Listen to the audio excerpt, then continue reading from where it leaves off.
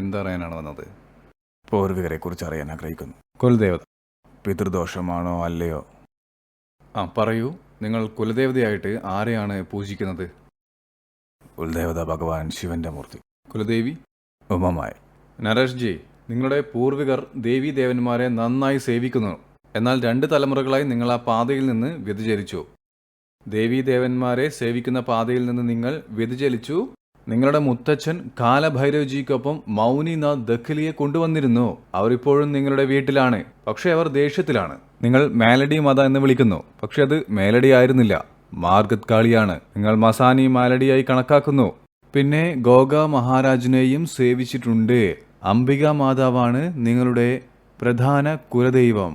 അവർക്കുള്ള സേവനം നിങ്ങളിപ്പോൾ നിർത്തിയിരിക്കുന്നു. അതിൽ നിന്ന് എന്ത് പ്രശ്നങ്ങൾ ഉണ്ടാകുന്നു? സാമ്പത്തിക പ്രശ്നങ്ങൾ.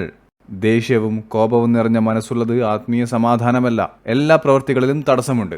പ്രേതങ്ങൾ വീട്ടിലെ ആരാധനാ സ്ഥലത്ത് വാസമുറപ്പിക്കുകയും പൂർവികരുടെ പ്രേതമായി മാറുകയും ചെയ്തതിനാൽ അവ നിങ്ങൾക്ക് രോഗങ്ങൾ, ബുദ്ധിമുട്ടുകൾ, ദാരിദ്ര്യം, പരാജയം എന്നിവ നൽകുന്നു. അത് നിങ്ങൾക്ക് ശരിയല്ലേ? അതെ.